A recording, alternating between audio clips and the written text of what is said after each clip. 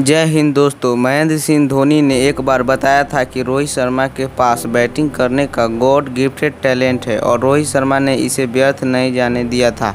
रोहित शर्मा बने क्रिकेट जगत के एकमात्र ऐसे खिलाड़ी जिनके पास ओडीआई क्रिकेट में 3 दोहरे शतक है। अगर आप भी रोहित शर्मा के दीवाने हैं तो इस वीडियो को अंत तक जरूर देखिएगा और चैनल को सब्सक्राइब कर लीजिए।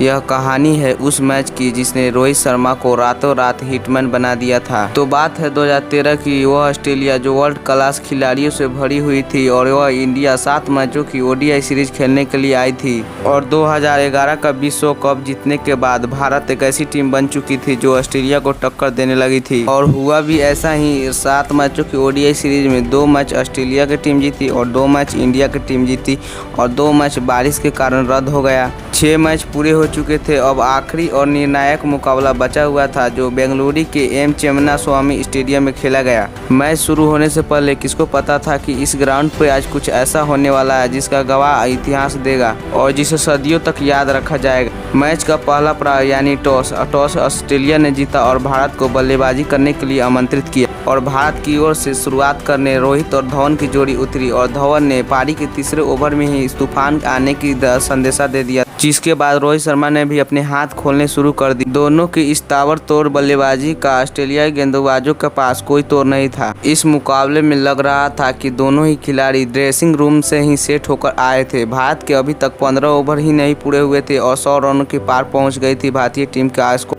जिसके बाद भारतीय टीम को शिखर धवन के रूप में पहला झटका लग चुका था। अब 1 डाउन किंग कोहली आए थे। अब क्रीज पर थे भारतीय टीम के दिल और धड़कन यानी रोहित और विराट। तभी इस मैच में आता है सबसे बड़ा पल और विराट ने एक सीधा शॉट खेला। दोनों के बीच हुई गलतफहमी के कारण विराट कोहली रन आउट हो जाते हैं। अब ऑस्ट्रेलिया की टीम इस मैच में पूरी तरह वापसी कर चुकी थी क्योंकि 112 रनों पर भारत का 0 विकेट था। वहीं 113 के रन पहुंचते 2 विकेट गिर चुका था। और विराट के 0 के स्कोर पर आउट होने के बाद रोहित शर्मा का साथ देने सुरेश रैना आते। विराट के रन आउट ने रोहित शर्मा को कुछ देर के लिए खामोश जरूर कर दिया था क्योंकि सभी रोहित शर्मा का इस मुकाबले में गलती अब रोहित को खुद विराट के बदले के भी रन बनाने थे और रोहित ने किया भी कुछ ऐसा ही। अब रोहित हर गेंद को हिट करने लगे थे और उनके बल्ले से टकराती गेंद बाउंड्री के बाहर ही जाती थी और सभी ऑस्ट्रेलियन फील्डर मात्र दर्शक बन के रह चुके थे। रोहित अब मान चुके थे कि इतने रन बना देने हैं जो ऑस्ट्रेलिया को चेज करना नामुमकिन और मुश्किल हो और उनके जोड़ीदार यानी सुरेश रैना भी बखूबी सांस दे रहे थे। लेकिन 28 रनों के निजी स्कोर पर सुरेश रैना आउट हो जाते। इसके 3 ओवर बाद ही नए बल्लेबाज यानी युवराज सिंह कॉट बिहाइंड होकर आउट हो जाते हैं। एक छोर पे तो रोहित टिके हुए थे, वहीं दूसरे छोर पर विकेटों का पतन जारी था, जिसके बाद रोहित का साथ देने खुद कप्तान धोनी आए। इसके बाद रोहित ने 38वें ओवर में 2 रन लेकर इस सीरीज का दूसरा शतक जड़।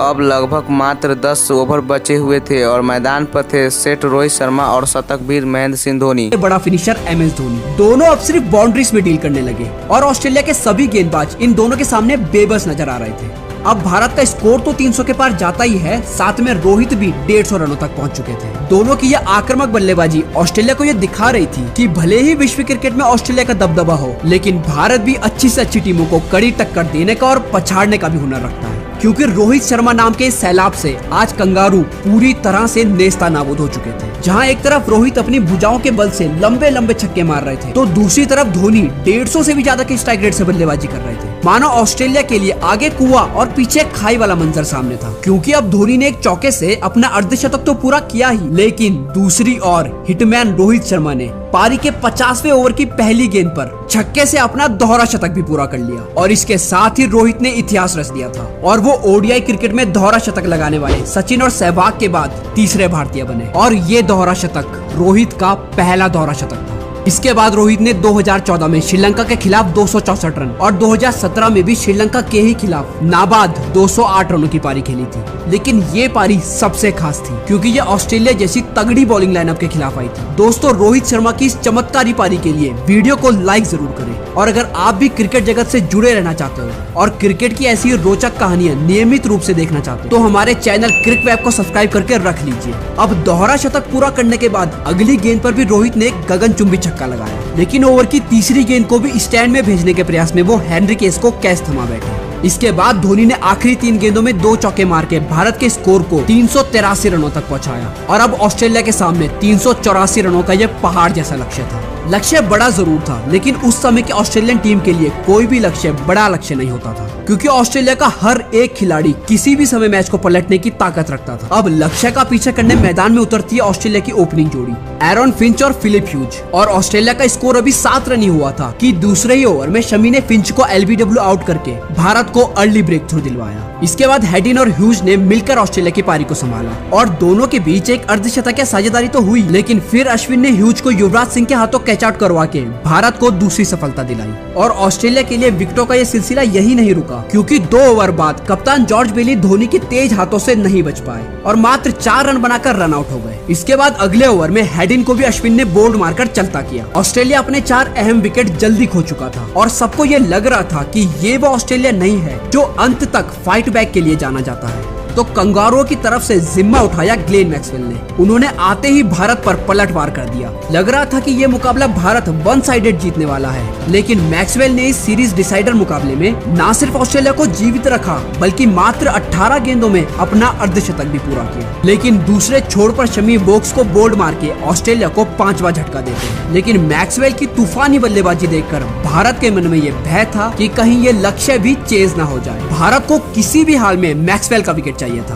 तो ये जिम्मा उठाया विनय कुमार ने। उन्होंने मैक्सवेल को रविंद्र जडेजा के हाथों कैच आउट करवा दिया। अब लगा कि मैक्सवेल के इस विकेट के साथ ऑस्ट्रेलिया की जीत की उम्मीदें भी पवेलियन जा चुकी है। लेकिन ऑस्ट्रेलिया तो विश्व विजेता टीम है, उनका आखिरी विकेट भी मैच पलट सकता है, और इसके बाद हुआ भी यही, क्योंकि 2 नए बल्लेबाज शेन वॉटसन और ऑलराउंडर जेम्स फॉकनर ने ये ठान लिया कि जब हारना ही है तो हिम्मत से हारना है। लेकिन हिम्मत नहीं हारनी है, क्योंकि दोनों ने ही अपनी तूफानी बल्लेबाजी का मुजाहिरा यहाँ भारतीय गेंदबाजों को दिखाया। और दोनों की बल्लेबाजी देखकर लग रहा था कि ऑस्ट्रेलिया अभी भी इस गेम में बना हुआ है, क्योंकि एक तरफ फॉकनर ने तो अपना अर्धशतक पूरा कर लिया था, तो वहीं शेन वॉटसन मात्र 22 गेंदों में ताबड़तोड़ 49 रन बनाकर जडेजा का शिकार बनते हैं। फिर जडेजा ने कुल्टर नायल को भी जल्दी आउट करके ऑस्ट्रेलिया को 8वां झटका दिया। लेकिन भारत के लिए फॉकनर एक बड़ी परेशानी का सबब बने हुए थे। उन्होंने अपनी पारी में 11 चौके और 6 छक्के लगाए, जिसकी बदौलत उन्होंने मात्र 57 गेंदों में अपना शतक पूरा कर लिया। और इस शतक के साथ ही फॉकनर बने ऑस्ट्रेलिया की तरफ से सबसे तेज एक दिवसीय शतक लगाने वाले पहले बल्लेबाज। अब ऑस्ट्रेलिया को जीत के लिए 70 गेंदों में 90 रनों की ही दरकार थी। फिर जडेजा ने दूसरे छोर पर क्लिंट मैकके को बोल्ड मार के भारत को जीत की दहलीज तक तो ला दिया था, लेकिन जेम्स फॉकनर अभी भी भारत की जीत के बीच खड़े थे। अब धोनी ने अपने सबसे प्रमुख गेंदबाज मोहम्मद शमी को गेंद थमाई और शमी की गेंद पर फॉकनर ने बड़े शॉट की तलाश में जोर से बल्ला घुमाया, लेकिन गेंद सही से टाइम नहीं हुई और बाउंड्री पर शिखर धवन के एक चमत्कारी कैच ने फॉकनर की और ऑस्ट्रेलिया की पारी का अंत किया और ऑस्ट्रेलिया 45.1 ओवर में 326 रनों पर ऑल आउट हो गया, जिसके चलते भारत ने ये ऐतिहासिक मुकाबला 57 रनों से जीत लिया। और ये सीरीज डिसाइडर मुकाबला जीतकर भारत ने ये सीरीज भी 3-2 से अपने नाम की। दोस्तों, रोहित शर्मा को इस मैच में दोहरा शतक लगाने पर प्लेयर ऑफ द मैच से नवाजा गया और Rohit player of the series भी रहे। तो इस तरह ये सीरीज और ये कहानी भी खत्म होती है। और अगर इसी तरह की दिलचस्प मैच स्टोरीज आप आगे भी देखना चाहते हो तो सब्सक्राइब करें हमारे यूट्यूब चैनल क्रिकवेब को और नीचे कमेंट करके बताइए कि नेक्स्ट मैच स्टोरी आप किस मैच पर देखना चाहते हो। वीडियो को अंत तक देखने के लिए धन्यवाद।